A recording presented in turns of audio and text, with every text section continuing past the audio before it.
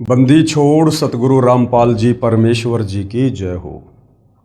परमपिता परमात्मा सारी सृष्टि के रचनहार कुल मालिक असंख्य ब्रह्मांडों के स्वामी जगत गुरु तीनों लोकों में प्रवेश करके सबका धारण पोषण करने वाले राजाधिराज आत्माधार नाथों के नाथ देवों के देव महादेव सर्वेश्वर महेश्वर मृत्युंजय अजरो अमर आदि अनादि सनातनी प्रभु जगत पिता जगदीश्वर श्री श्री 1008 की उपाधि के वास्तविक अधिकारी अकाल मूर्त शब्द स्वरूपी राम वासुदेव सर्वगतम ब्रह्म परम पूज्य प्रथम पूज्य परम संत परम पुरुष परम धनी परम दयालु सत्य कबीर हक्का कबीर अल्लाहु कबीर अल्लाहु अकबर बाखबर अल्लाह ताला जगत के तारणहार जगत के मुक्तिदाता जगत के जगन्नाथ हारे के सहारे हिंदुओं के राम मुसलमानों के अल्लाह सिखों के वाहिगुरु ईसाइयों के मसीह दया के सागर दया निधि करुणा के सागर करुणा निधि स्वयंभू परिभू संकट मोचन कष्ट हरण मंगल करण दुख भंजन अविगत कबीर निर्विकार निर्विषम परमात्मा अलय अलेख सतगुरु आदि अनादि सतगुरु असली मर्यादा पुरुषोत्तम असली राम असली कृष्ण असली घनश्याम असली मुरारी राजाओं के राजा महाराजाओं के महाराजा शहंशाहों के शहंशाह सम्राटों के सम्राट भगवानों के भगवान अल्लाहों के अल्लाह प्रभुओं के प्रभु मसीहाओं के मसीह सच्चे वाहिगुरु बाबाओं के बाबा पीरों के पीर सेठों के सेठ जगत सेठ सावड़सा सेठ सर्वगुण संपन्न अनंत कोटि कलाओं के स्वामी अनंत कोटि ब्रह्मांडों के नायक योगियों में महायोगी ध्यानियों में महाध्यानी सिद्धों में परम सिद्ध ज्ञानियों में तत्व ज्ञानी ब्रह्म ज्ञानी महाज्ञानी परम ज्ञानी सर्वश्रेष्ठ ज्ञानी विज्ञानी युवा कबीर समर्थ कबीर असमवात अमित ओजा सच्चे रहनुमा करीम अल्लाह सुभान अल्लाह दुनिया के अंतिम पैगंबर 8 सितंबर 1951 से गांव धनाना जिला सोनीपत हरियाणा भारतवर्ष की पावन भूमि पे प्रकट रियल कल्कि भगवान श्री नारायण साकार हरि श्री बाबा साहेब नूर अनंत परमात्मा सच्चे दरवेश सच्चे बाखबर संत श्रोमणी सतगुरु रामपाल जी परमेश्वर जी के चरण कमल में आप और हम सभी भाई बहनों का अनंत कोटि दंडवत प्रणाम। सत्साई भाई और बहनों, बहुत बड़ी दया बहुत बड़ी मेहर पूज्य गुरुदेव भगवान की परमेश्वर रामपाल जी की, जिनके शुभ आशीर्वाद से विशेष आशीर्वाद से उनके सत्संगों का संग्रह पवित्र पुस्तक ज्ञान गंगा के ऊपर वीडियो बनाने की श्रृंखला जारी है। इसी श्रृंखला में आज हमारा ये 34वें नंबर का वीडियो है। इस पवित्र पुस्तक ज्ञान गंगा के ऊपर बन रहे प्रत्येक वीडियो से हमें भक्ति और भगवान को लेकर अध्यात्म को लेकर शास्त्र अनुकूल साधना को लेकर धार्मिक अनुष्ठानों को लेकर हमें यथार्थ जानकारी प्राप्त हो रही है। जो जानकारी सतयुग त्रेता द्वापर और कलयुग के प्रथम चरण में हमारे शास्त्र ज्ञानहीन तत्व ज्ञानहीन धर्म गुरु आचार्य शंकराचार्य हमें नहीं दे पाए, जो समस्त जानकारी हमारे ही पवित्र शास्त्रों में वर्णित थी।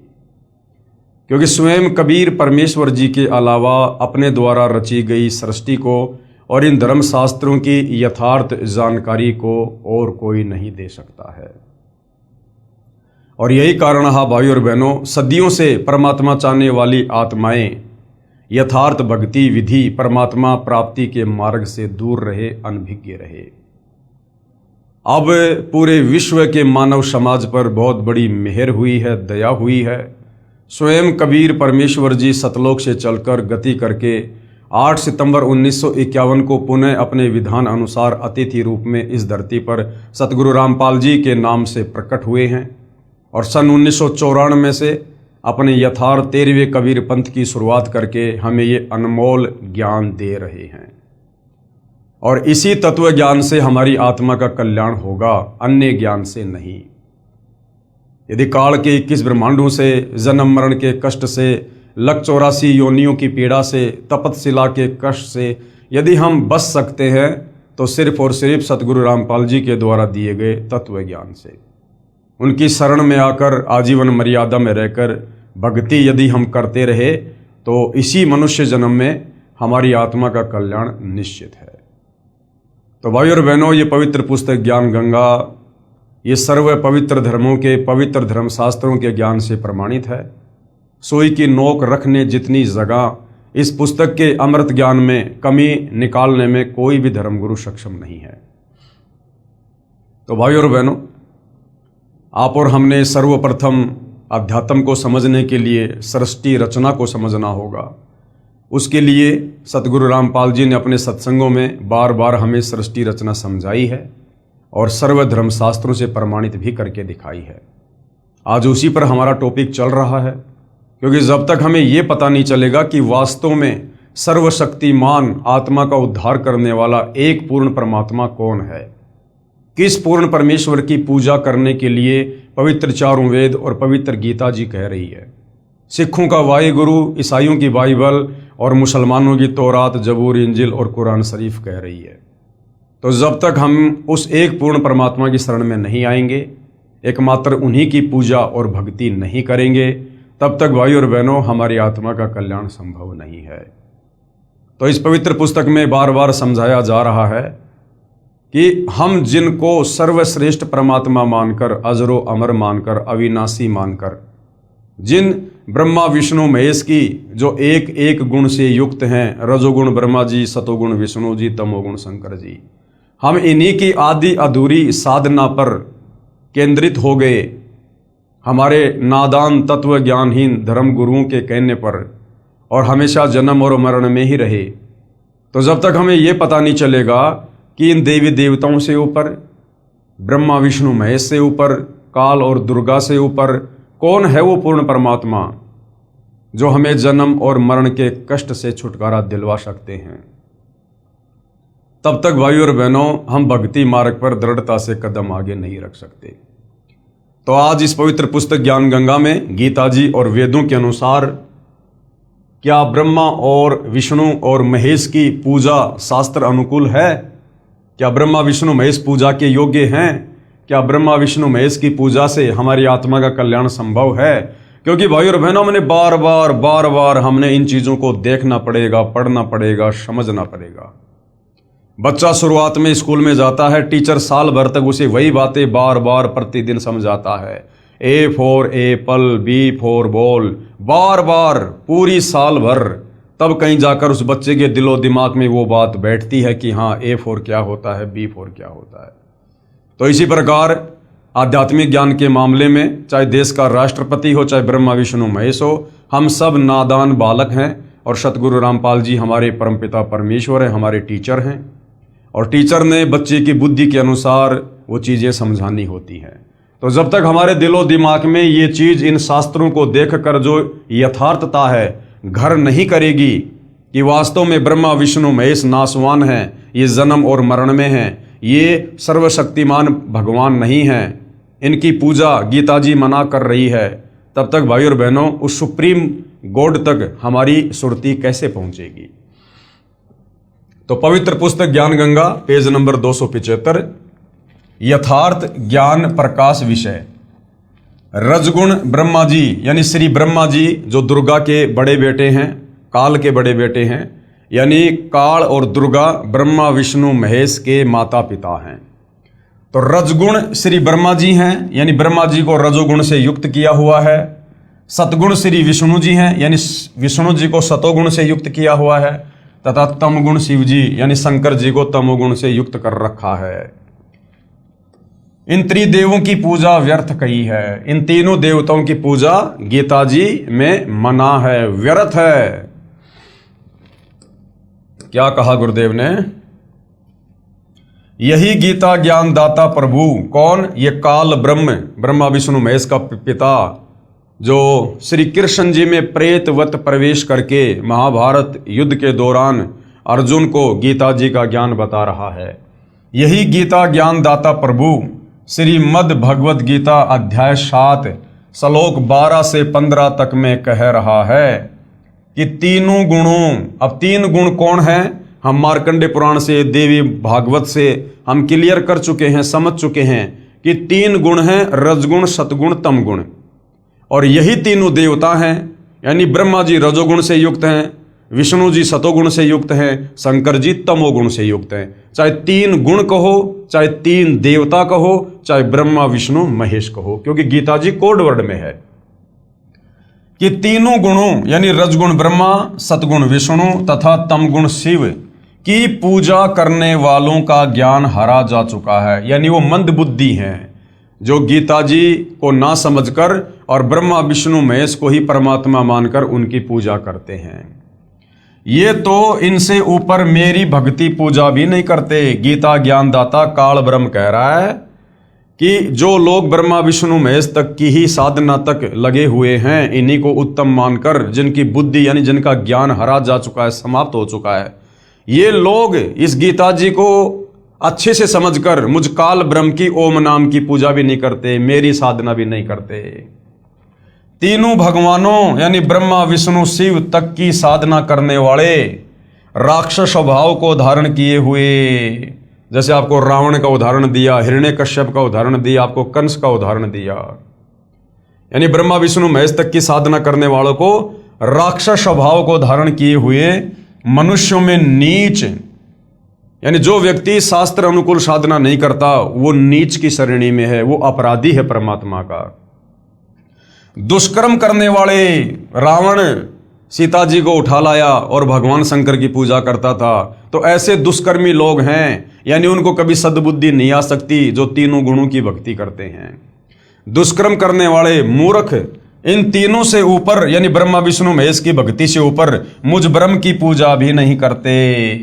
ये कहना ये चाह रहा है कि अगर ये नादान लोग इन ब्रह्मा विष्णु महेश की पूजा को छोड़कर, जो बिल्कुल व्यर्थ है, कुछ भी नहीं दे सकती आप लोगों को, वही देगी जो आपका कर्म है, इन तीनों की भक्ति छोड़कर मुझ काल ब्रह्म की भी साधना नहीं करते, अगर मुझ काल ब्रह्म की साधना करें, ओम नाम की साधना करें, तो मैं इनको काफी लंबे समय तक सुख प्रदान कर सकता हूं अपने महास्वर्ग में, ब्रह्मलोक में।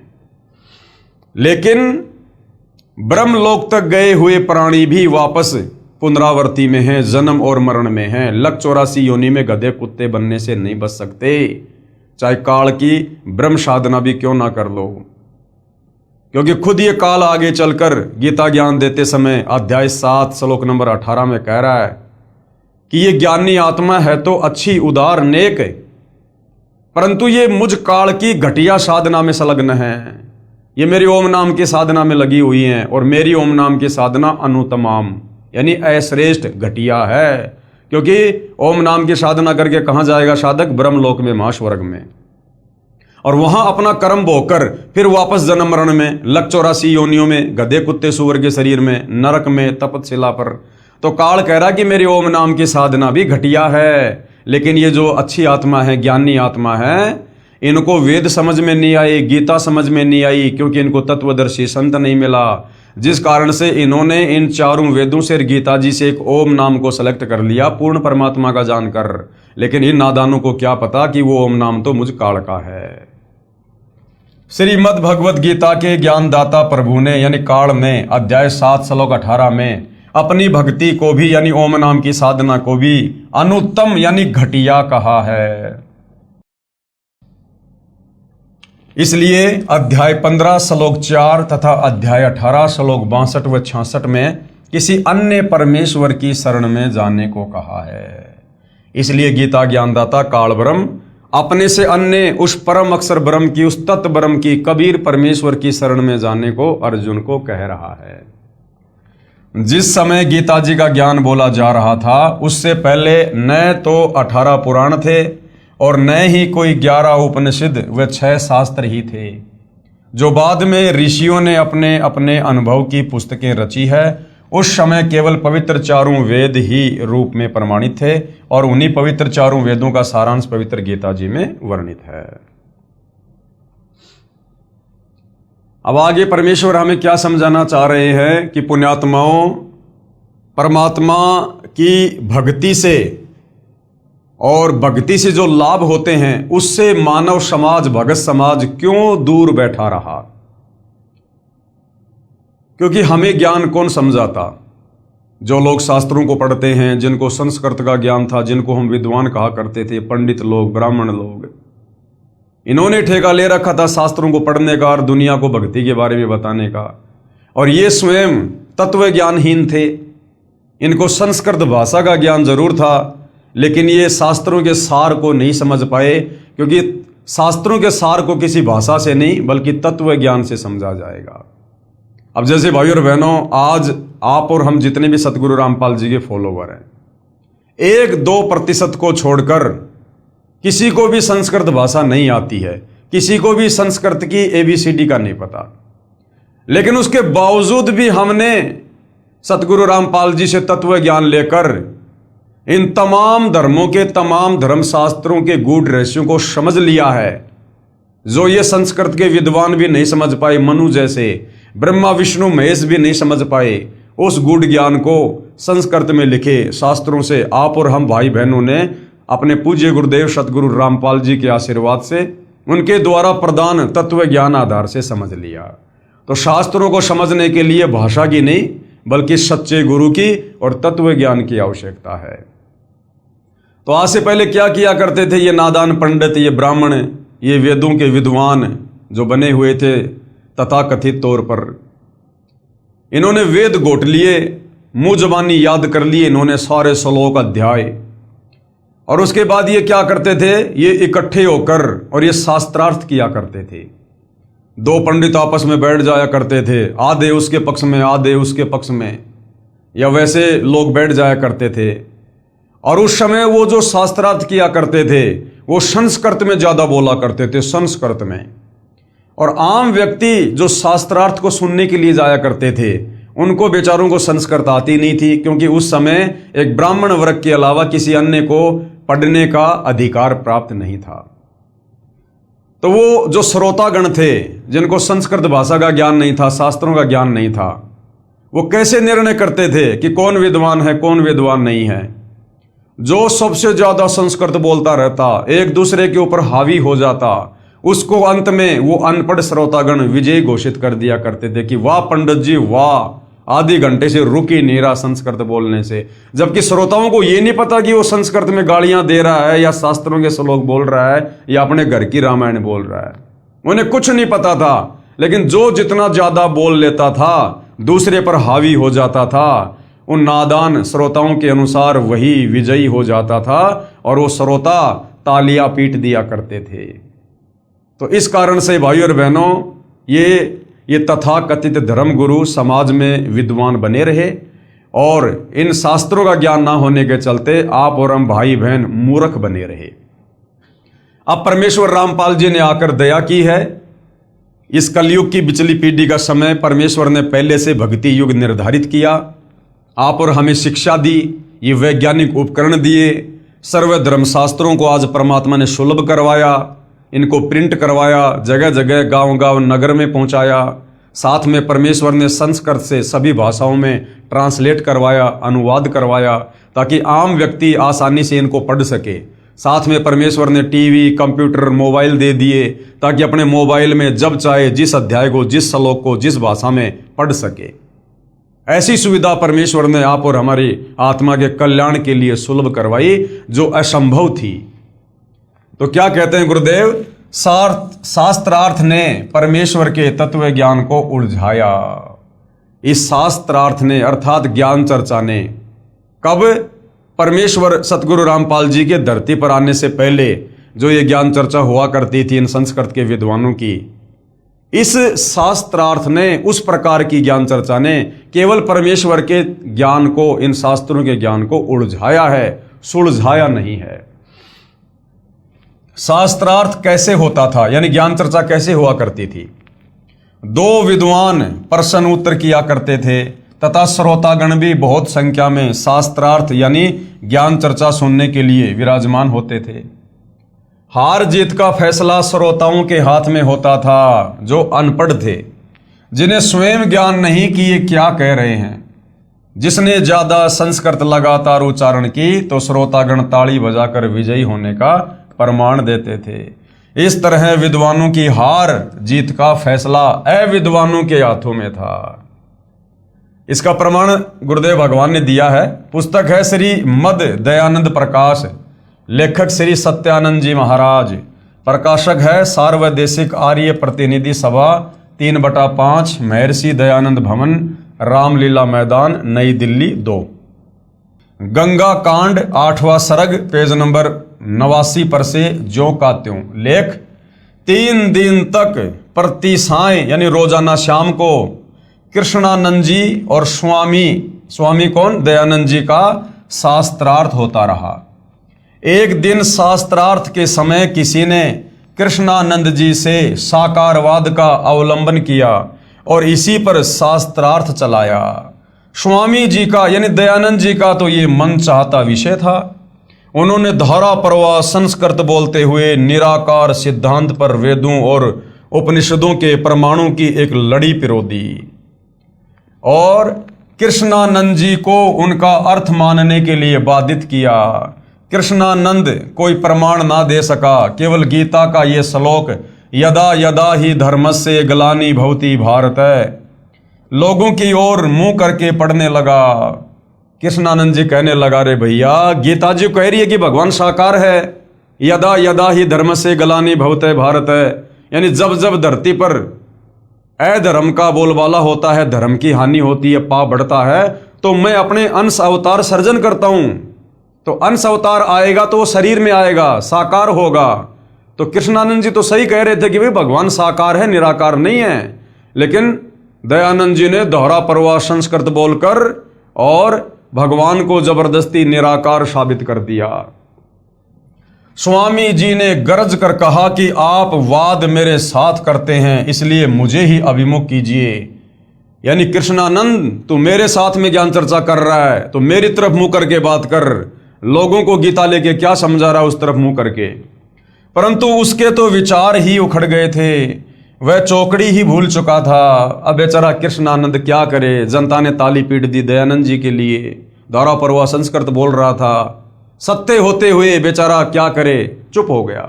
मुख में झाग आ गए, गले में घिग्गी बंध गई, चेहरा फीका पड़ गया, किसी प्रकार लाज रह जाए। इससे उसने तर्क शास्त्र की शरण लेकर स्वामी जी को कहा कि अच्छा लक्षण का लक्षण बताइए। स्वामी जी ने उत्तर दिया कि जैसे कारण का कारण नहीं वैसे ही लक्षण का लक्षण भी नहीं। अब इनको तो उआबाई बकने में दयानंद जी को महारत हासिल था, महारत सिकलीव सुनाने में, इसलिए उन्होंने श्री कृष्णानंद जी को चुप कर दिया। लोगों ने अपनी हंसी से कृष्णानंद जी की हार प्रकाशित कर दी और वह घबराकर वहां से चलता बना। अब बताओ, गीता जी के अनुसार बेचारा बात कर रहा था कृष्णानंद और उआबाई दयानंद जी बक रहे थे, लेकिन सामने जो जनता बैठी थी अनपढ़, बस दयानंद जी की धारा प्रवाह संस्कृत के सामने और उस गीता जी के अनुसार बात करने वाले कृष्णानंद जी को पराजित घोषित कर दिया। उपरोक्त लेख में स्पष्ट है कि विद्वानों की हार जीत का निर्णय अविद्वान करते थे। स्वामी दयानंद जी ने, हालांकि ये हमारे लिए स्वामी नहीं है, लेकिन लेख के अनुसार दास बोल रहा है, हमारे स्वामी वर्तमान में सतगुरु रामपाल जी हैं, क्योंकि हम पतिव्रता पद पर हैं। श्री दयानंद जी ने लगातार संस्कृत बोल दी, श्रोताओं ने हंसी कर दी तथा महर्षि दयानंद जी को विजेता घोषित कर दिया। हालांकि हम दयानंद जी के नाम से पहले महर्षि शब्द भी नहीं लगा सकते अब, क्योंकि अब हमें तत्व ज्ञान से पता चल गया, गुरुदेव ने बता दिया कि वास्तव में महर्षि कौन होता है। यानी भगतों में सर्वश्रेष्ठ भगत उसको महर्षि कहते हैं। पहले भगत को ऋषि कहा करते थे, ऋषि यानी भगत, और उन ऋषियों में जो सबसे अच्छा होता था, ज्ञानी होता था, नियम और मर्यादा में होता था, उसको महर्षि कहा करते थे। तो वर्तमान में भाई और बहनों, यदि कोई धरती पर महर्षि है या पहले भी कोई महर्षि था तो कबीर परमात्मा जी थे। आज वर्तमान में वे कबीर परमात्मा सतगुरु रामपाल जी के नाम से धरती पर प्रकट हैं।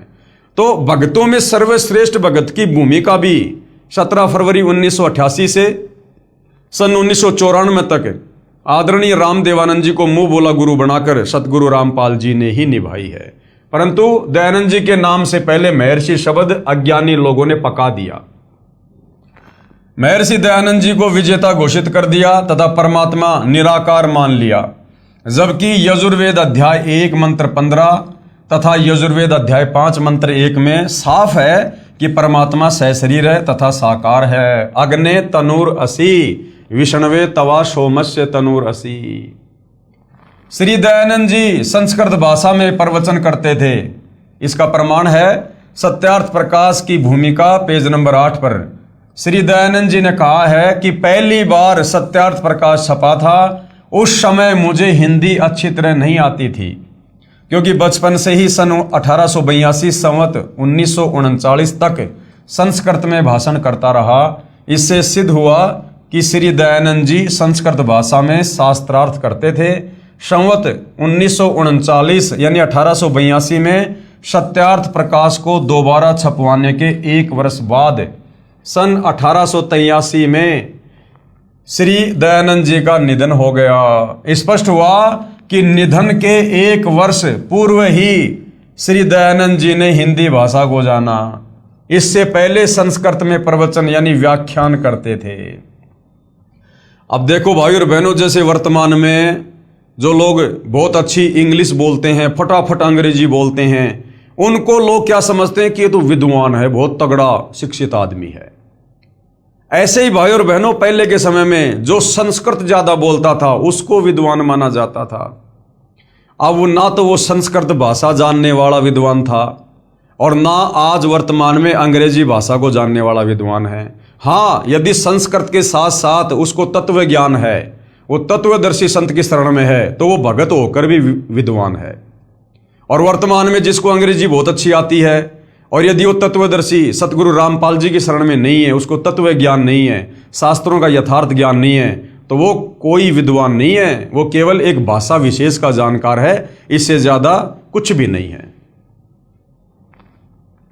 श्रोतागण संस्कृत से अपरिचित होते थे और वे ही विद्वानों की हार जीत का फैसला किया करते थे।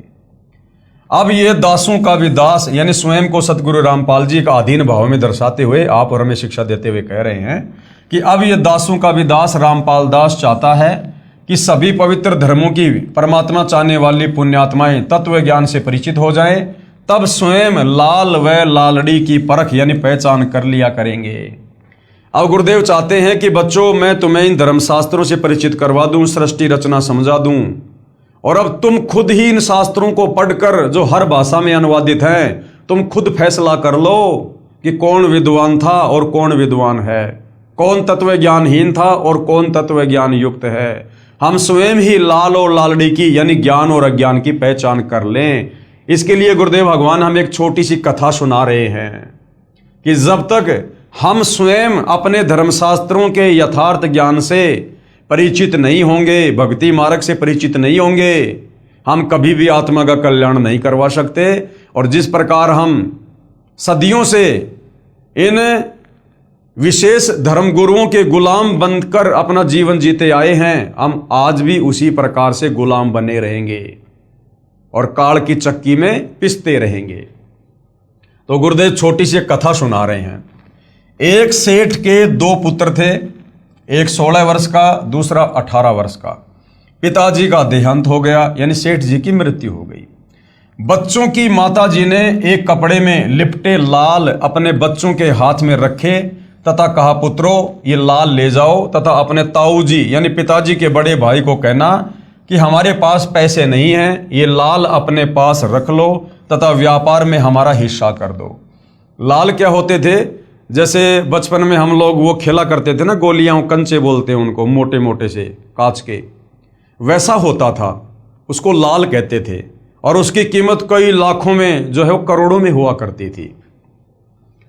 तो जिस सेठ की मृत्यु हो गई थी, जिसके 2 बच्चे थे, उन बच्चों की माताजी ने कहा कि बच्चों ये लाल रखे मेरे पास में तुम्हारे पिताजी के समय के, और तुम ये अपने ताऊ जी के पास ले जाओ और ताऊ जी से कहो कि ताऊ जी हमारे पिताजी की मृत्यु हो चुकी है और हमारे पास कोई काम धंधा नहीं है और ये लाल हमारे पिताजी के समय के रखे हुए हैं, आप इनको ले लो और हमें भी अपने बिजनेस में पार्टनरशिप दे दो।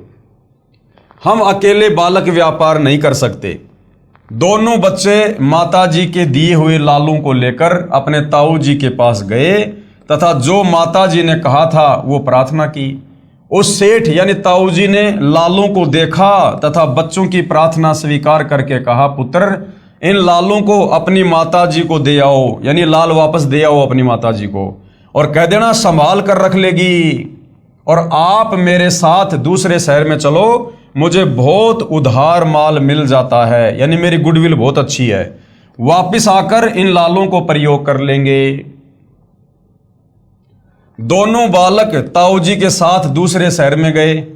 एक दिन ताऊ जी ने एक लाल बच्चों को दिया तथा कहा, पुत्रो ये लाल है, इसे उस सेठ को देकर आना जिससे कल 50,000 का माल उधार लिया था, तथा कहना कि ये लाल रख लो, हम वापस आकर आपका ऋण चुका देंगे तथा अपना लाल वापस ले लेंगे। दोनों बच्चों ने सेठ को उपरोक्त विवरण कहा। तब सेठ ने एक जोरी बुलाया। जोरी क्या होता था? जो लाल को देखता था, उसकी परख करता था कि ये नकली है या असली है। तो सेठ ने एक जोरी बुलाया। जोहरी ने लाल को परख कर बताया कि ये लाल नहीं है, ये तो लालड़ी है।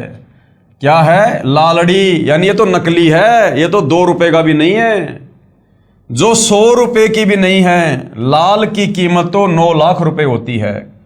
सेठ ने भली बुरी कहते हुए उस लालड़ी को गली में दे मारा, यानी फेंक दिया उन बच्चों के सामने गली में। बच्चे उस लालड़ी को उठाकर अपने ताऊ जी यानी अंकल जी के पास ले आए।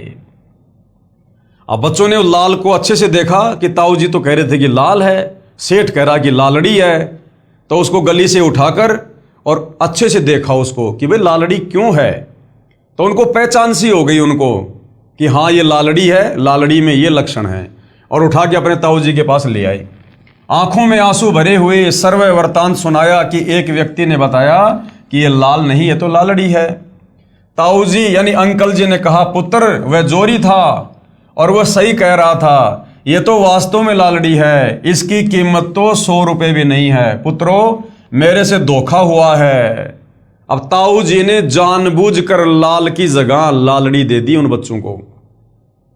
ताऊ जी ने उस लालड़ी को लाल बताकर उन बच्चों को कहा था कि जाओ सेठ जी को दे आओ।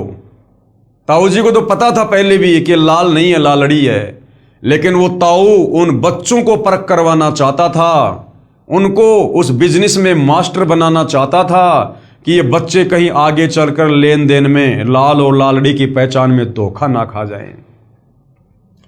फिर ताऊ ने दोबारा उनको लाल दिया और क्या कहा कि लाल तो ये है, गलती से मैंने ही आपको लालड़ी दे दी, अब जाओ तथा सेठ से कहना मेरा ताऊ जी धोखेबाज नहीं है, लाल के धोखे में लालड़ी दे दी। अब दोनों भाई फिर गए उसी व्यापारी के पास और अच्छे से लाल को देखते हुए गए। पहले तो वो लालड़ी को देखते हुए आए थे, अब दोबारा जा रहे हैं तो लाल को देखते हुए जा रहे हैं। तो उनको पता चल गया कि लालड़ी कैसी होती है और लाल कैसा होता है। दोनों भाई फिर गए उसी व्यापारी के पास तथा कहा कि मेरे ताऊ जी ऐसे धोखेबाज व्यक्ति नहीं है सेठ जी, गलती से लाल की स्थान पर लालड़ी दे दी, ये लो लाल। जोरी ने बताया कि वास्तव में ये लाल है और वो लालड़ी थी। और फिर जोरी आया और जोरी ने अब की बार क्या बताया कि सेठ जी ये पक्का लाल है, वो पहले वाली लालड़ी थी लेकिन ये लाल है। सामान लेकर वापस अपने शहर लौट आए। तब ताऊ यानी अंकल जी ने कहा कि पुत्रो अपनी माता जी से लाल ले आओ, उधार ज्यादा हो गई। अब ताऊ ने पहले ही उन बच्चों को लाल और लालड़ी की पहचान से परिचित करवा दिया कि लाल क्या होता है और लालड़ी क्या होती है।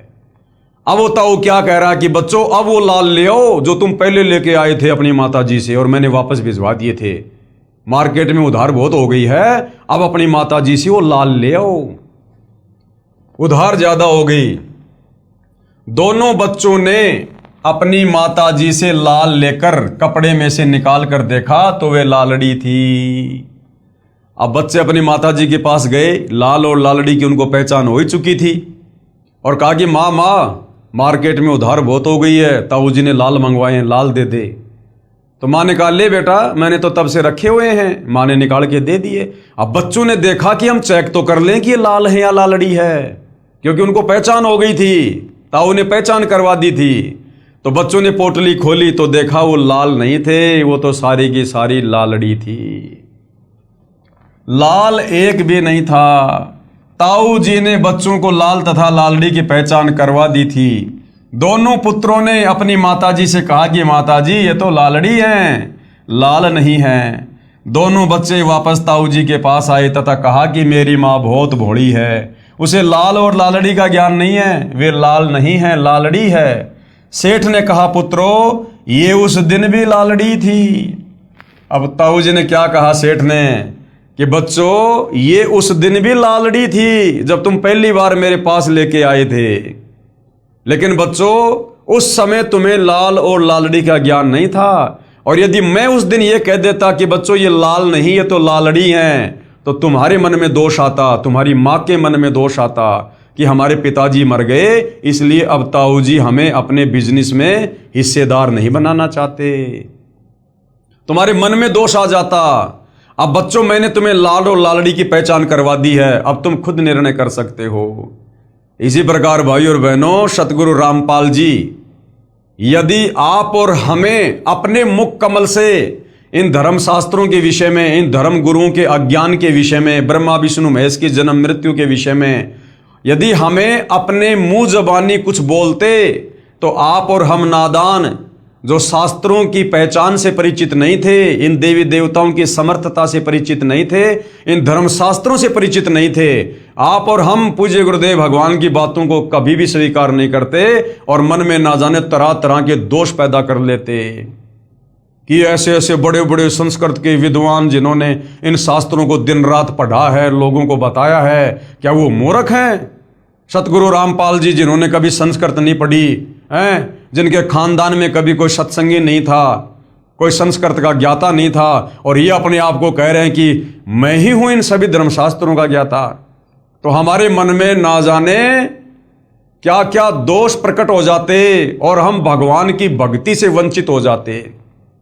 इसलिए सतगुरु रामपाल जी ने आप और हमें पहले इन्हीं धर्मशास्त्रों को दिखा दिखाकर, इन्हीं धर्म गुरुओं के अनुवादों को दिखा दिखाकर आज आप और हमें लाल और लालड़ी से, विद्वान और अविद्वान से, इन धर्म शास्त्रों में लिखी गूढ़ सच्चाई से परिचित करवा दिया कि तुम्हारे ब्रह्मा विष्णु महेश कहाँ तक के भगवान है, कितने समर्थ हैं, अविनाशी है या नाशवान हैं, दुर्गा और काल ये कौन हैं, क्यों यहाँ पर अपना कर्म भोग रहे हैं, क्या इनकी भक्ति शास्त्रों में उत्तम है या अनुत्तम है। आज सारी बातों की जानकारी हमें गुरुदेव भगवान ने करवा दी, लाल और लालड़ी की पहचान करवा दी। अब हमें कोई अध्यात्म के मामले में, भक्ति मार्ग के मामले में, भगवान की पहचान के मामले में धरती पर कोई धोखा नहीं दे सकता। तो ताऊ जी ने क्या कहा? सेठ ने कहा, पुत्रो ये उस दिन भी लालड़ी थी जिस दिन मेरे पास लेकर आए थे। यदि मैं लालड़ी कह देता तो आपकी माता जी कहती कि मेरा पति नहीं रहा, इसलिए अब मेरे लालू को भी लालड़ी बता रहा है। पुत्रो आज मैंने आपको ही लाल तथा लालड़ी की परख यानी पहचान करने योग्य बना दिया, अब आपने स्वयं फैसला कर लिया। तो आज सतगुरु रामपाल जी ने अपने तत्व ज्ञान से, सृष्टि रचना से, धर्मशास्त्रों को दिखा दिखाकर और पूरे विश्व के मानव समाज को, जो परमात्मा चाहने वाली आत्मा है, उन सबको धर्मशास्त्रों की और इन देवी देवताओं की यथार्थता से परिचित करवा दिया। आज हमें कोई धोखा नहीं दे सकता। विशेष इसी प्रकार आज ये दास यानी सतगुरु रामपाल जी स्वयं के लिए कह रहे हैं, इसी प्रकार आज ये दास यही चाहता है कि तत्व ज्ञान को जन जन तक पहुंचाऊं तथा शास्त्रों के प्रमाण देखकर आप स्वयं परख यानी पहचान करने योग्य होकर संत असंत को पहचान सको कि वास्तव में धरती पर पूर्ण संत कौन है। या ये बड़े बड़े संस्कृत बोलने वाले विद्वान गले में ये रुद्राक्ष की माला पहन के, लंबा लंबा चोटा, लंबी लंबी दाढ़ी, मूछ या गेरवा, लाल पीला सफेद कपड़ा पहनकर जो धूणे लगाकर बड़े बड़े आश्रम खोलकर बैठे हैं आचार्य शंकराचार्य मंडलेश्वर, क्या ये संत हैं? तो आज सतगुरु रामपाल जी ने हमें क्लियर कर दिया, कति साफ कर दिया उन्होंने अध्यात्म को। मन में कोई शंका नहीं हो सकती यदि आप उनके सत्संग कुछ दिन अच्छे से सुन लोगे, रुचि लेकर, निष्पक्ष होकर। शास्त्रार्थ यानी ज्ञान चर्चा विद्वान किया करते थे तथा हार जीत का फैसला अविद्वानों के हाथों में था। ये दास यानी गुरुदेव अपने लिए कह रहे हैं, ये दास चाहता है कि पहले प्रभु प्रेमी पुण्यात्माएं शास्त्रों को समझें, फिर स्वयं जान जाएंगे कि ये संत व महर्षि जी क्या पढ़ाई पढ़ा रहे हैं। अब 650 साल पहले भाई और बहनों, जब कबीर परमेश्वर जी बनारस के काशी में लहरतारा तालाब पर सतलोक से चलकर शिशु रूप में कमल के विकसित फूल पे प्रकट हुए थे और 120 साल तक कबीर परमेश्वर जी ने सन 1398 से 1518 तक एक मनुष्य रूप में उन्होंने लीला की, अपने तत्व ज्ञान को जन जन तक पहुंचाया। लेकिन उस समय के ये जो अविद्वान थे और भोली भाली जनता की नजरों में जो विद्वान बने हुए थे संस्कृत भाषा का ज्ञान होने के चलते, इन्होंने कबीर परमेश्वर जी के सतज्ञान को अपने अज्ञान के माध्यम से ऊपर नहीं आने दिया। अब भाइयों और बहनों, ऐसी भी बात नहीं है कि कबीर परमात्मा कोई कमजोर थे या कबीर परमात्मा के ज्ञान को ये काल प्रेरित, ये साधु संत महात्मा आचार्य शंकराचार्य ये दबाने में सक्षम थे। नहीं, 650 साल पहले आकर कबीर परमेश्वर जी ने कुछ उदाहरण पेश करने थे। 650 साल पहले का समय मोक्ष का प्राइम टाइम नहीं था, इसलिए परमात्मा ने अपनी शक्ति का प्रयोग नहीं करना था। केवल परमेश्वर ने एक उदाहरण पेश करके जाना था बस, कि जो ज्ञान उन्होंने 650 साल पहले दिया एक अनपढ़ की भूमिका करते हुए, आज वही ज्ञान सर्वधर्मों के सर्वधर्म शास्त्र व्याख्यान कर रहे हैं, समर्थन दे रहे हैं कि हां, कबीर परमेश्वर जी ने 650 साल पहले जो ज्ञान दिया था अपनी कबीर वाणी में, आज सभी धर्मों के सभी धर्मशास्त्र उसी ज्ञान का समर्थन कर रहे हैं। हमारे धर्मशास्त्रों में वो बातें जो कि त्यों लिखी है भक्ति और भगवान के विषय में। तो 650 साल पहले कबीर परमेश्वर जी एक अनपढ़ व्यक्ति की भूमिका कर रहे थे, अनपढ़ संत की भूमिका में थे। हालांकि उन्हें कोई संत नहीं माना करता था, लेकिन वो तो कबीर परमेश्वर जी की पावर थी, उनके ज्ञान की पावर थी, जो मजबूरन लोगों ने मानना पड़ा। लेकिन जो ये तथा कथित जो शास्त्री थे, पंडित थे, जो विद्वान थे, धर्मगुरु थे, आध्यात्मिक क्षेत्र में जो लोगों का मार्गदर्शन किया करते थे, उन्हीं को पंडित और ब्राह्मण कहते हैं। जाति वालों से कोई संबंध नहीं है। तो इन लोगों ने अपनी अटपट करके और उस समय की जो अनपढ़ जनता थी उस अनपढ़ता का फायदा उठाकर और इन्होंने हमेशा कबीर परमेश्वर जी के ज्ञान को छोटा साबित करने का प्रयास किया। और उस समय एक महर्षि सर्वानंद जी थे, जो अपने आप को तमाम शास्त्रों का ज्ञाता मानते थे, संस्कृत के बड़े विद्वान कहलाते थे, और उन्होंने कबीर परमेश्वर जी के साथ में शास्त्रार्थ किया। हालांकि आगे चलकर वो कबीर जी के शिष्य बन गए, फिर उन्होंने अपनी हार स्वीकार कर ली थी। लेकिन जिस समय सर्वानंद जी का और कबीर परमेश्वर जी का शास्त्रार्थ हो रहा था, वो किस आधार पर हो रहा था? कबीर परमात्मा सत्य बात कह रहे थे और सर्वानंद जी केवल संस्कृत भाषा में ही भाषण दे रहे थे, और वहां भीड़ जो बैठी थी वो अनपढ़ लोगों की थी। तो सर्वानंद जी के मुख से धारा प्रवाह संस्कृत सुनकर और लोगों ने तालियां बजा दी कि सर्वानंद विजयी हुआ और कबीर जी पराजय हुआ। शास्त्रार्थ महर्षि सर्वानंद तथा परमेश्वर कबीर यानी कबीर देव का। एक सर्वानंद नाम के महर्षि थे, उनकी पूज्य माता श्रीमती शारदा देवी पाप कर्म फल से पीड़ित थी। अब बेटा तो महर्षि पकड़ा है, सारे शास्त्रों का विद्वान है, भक्ति और भगवान का अपने से बड़ा किसी को जानकार नहीं समझ रहा, और उसकी माता खुद अपने पाप कर्म के चलते 3 ताप का कष्ट भोग रही थी, शारीरिक पीड़ा से दुखी थी। उसने सर्व पूजाएं व जंत्र मंत्र कष्ट निवारण के लिए वर्षों किए, शारीरिक पीड़ा निवारण के लिए वैद्यों की दवाइयां भी खाई, परंतु कोई राहत नहीं मिली।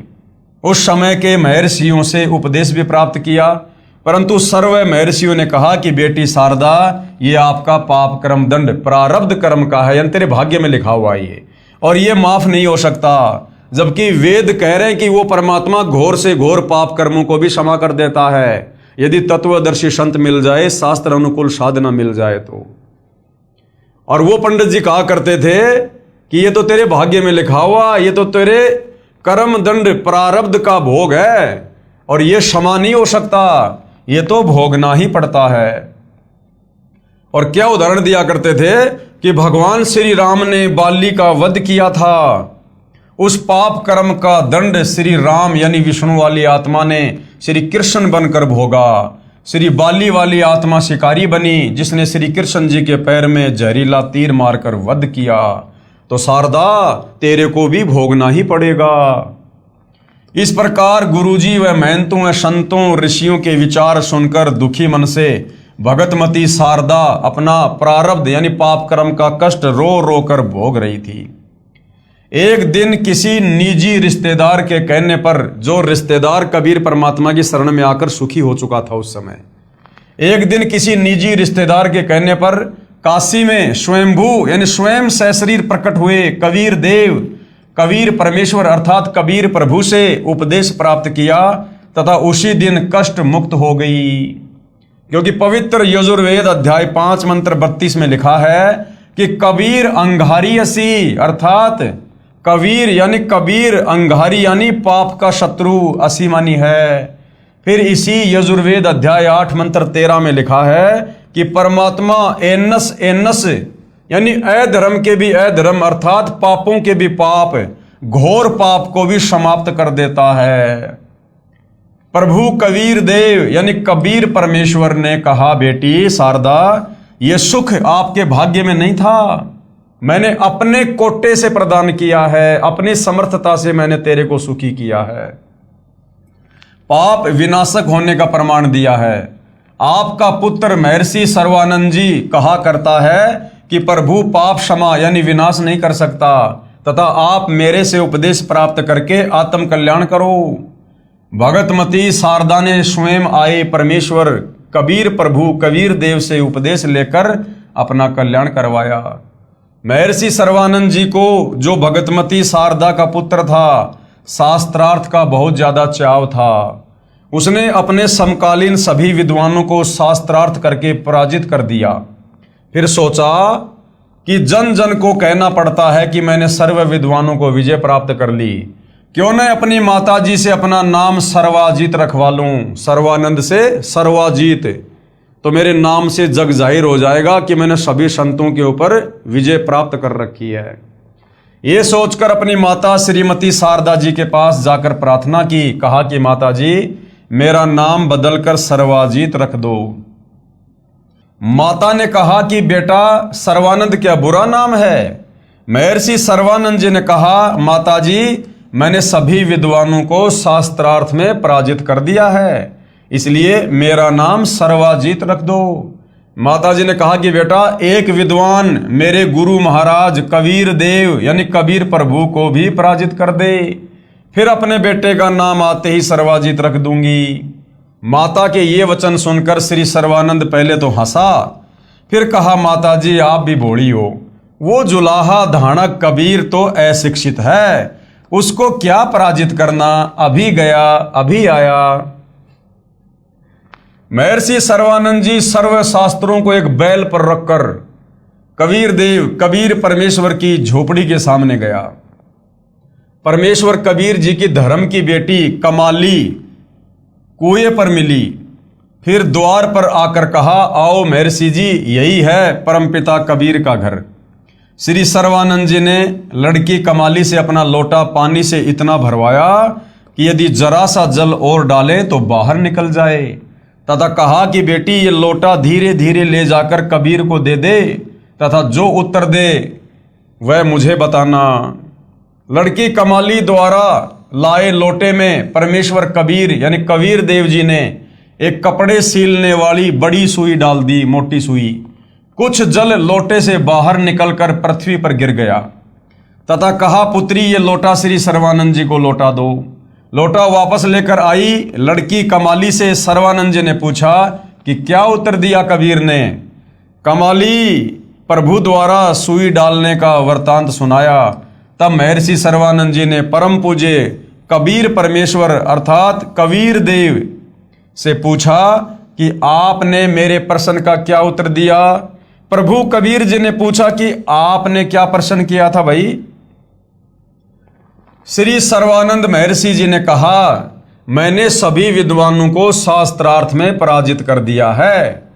मैंने अपनी माता जी से प्रार्थना की थी कि मेरा नाम सर्वाजीत रख दो। मेरी माता जी ने आपको पराजित करने के पश्चात मेरा नाम परिवर्तन करने को कहा है। आपके पास लोटे को पूर्ण रूपेण जल से भरकर भेजने का तात्पर्य है कि मैं ज्ञान से ऐसे परिपूर्ण हूं जैसे लोटा जल से, इसमें और जल नहीं समाएगा, अर्थात तेरा ज्ञान मेरे ऊपर कोई काम नहीं करेगा, कोई असर नहीं करेगा कबीर, इसलिए तू मेरे से ज्ञान चर्चा करने की सोच भी मत। इसमें और जल नहीं समाएगा। वह बाहर ही गिरेगा। अर्थात मेरे साथ ज्ञान चर्चा करने से कोई लाभ नहीं होगा, सीधे सीधे अपनी हार स्वीकार कर ले। आपका ज्ञान मेरे अंदर नहीं समाएगा, व्यर्थ ही थूक मत होगे, इसलिए हार लिख दो, इसी में आपका हित है। पूज्य कबीर परमेश्वर कबीर देव ने कहा कि आपके जल से परिपूर्ण लोटे में लोहे की सुई डालने का अभिप्राय है कि मेरा ज्ञान यानी तत्व ज्ञान इतना भारी यानी सत्य है कि जैसे सुई लोटे के जल को बाहर निकालती हुई नीचे जाकर रुकी, इसी प्रकार मेरा तत्व ज्ञान आपके असत्य ज्ञान यानी लोकवेद को निकालकर आपके हृदय में समा जाएगा। महर्षि सर्वानंद जी ने कहा प्रश्न करो, और वहां पर सारे जुलाई इकट्ठे हो गए। ओहो आज तो पंडित जी आ गए हो। अब उस समय गुरुदेव ने बताया कोई पंडित अगर इस प्रकार से अगर शूद्रों की कॉलोनी में आ जाता था तो ऐसे इकट्ठे होकर देखते थे जैसे गांव में कोई हाथी आ गया हो, क्योंकि बहुत ज्यादा छुआछात किया करते थे, 10 कदम दूर हटके चला करते थे, जिनको आज वर्तमान में नादानी के चलते हम शूद्र जाति का नाम देते हैं। महर्षि सर्वानंद जी ने कहा प्रश्न करो, एक बहुचर्चित विद्वान को जुलाहू धानकों के मोहल्ले कॉलोनी में आया देखकर आसपास के भोले भाले अशिक्षित जुलाहे शास्त्रार्थ सुनने के लिए एकत्रित हो गए। पूज्य कबीर देव जी ने प्रश्न किया। अब परमात्मा तो सबसे वही प्रश्न किया करते थे सीधी भाषा में, ताकि सुनने वालों को भी समझ में आ जाए बात कि कौन ब्रह्मा का पिता है और कौन विष्णु की माँ और शंकर का दादा कौन है, सर्वानंद दे बता। उत्तर महर्षि सर्वानंद जी का। अब उसने तो वो शिकली सुनानी शुरू कर दी, रटी रटाई बात। श्री ब्रह्मा जी रजोगुण हैं तथा श्री विष्णु जी सतगुण युक्त हैं तथा श्री शिव जी तमोगुण युक्त हैं। ये तीनों अजर अमर अर्थात अविनाशी हैं, सर्वेश्वर महेश्वर मृत्युंजय हैं। इनके माता पिता कोई नहीं, आप अज्ञानी हो। अब भाई और बहनों ध्यान देना, क्योंकि तत्व ज्ञान है, हमें अपने गुरुदेव भगवान की लेखनी भी ऑटोमेटिक समझ में आ जाएगी। तो यहां पर पूज्य गुरुदेव भगवान सतगुरु रामपाल जी ने सर्वानंद की ओर से जो उस समय उसने बोला था, जो हमें यहां लिखकर बताया, सर्वानंद ने कहा कि श्री ब्रह्मा जी तो रजोगुण हैं तथा श्री विष्णु जी सतगुण युक्त हैं तथा शिव जी तमोगुण युक्त हैं। तो भाई और बहनों, जहां तक इस तुच्छ दो कोटि के जीव की बुद्धि काम कर रही है अपने गुरुदेव के आशीर्वाद से, तो उस समय सर्वानंद ने ये नहीं कहा कि ब्रह्मा जी रजोगुण हैं, विष्णु जी सतोगुण हैं और शंकर जी तमोगुण हैं।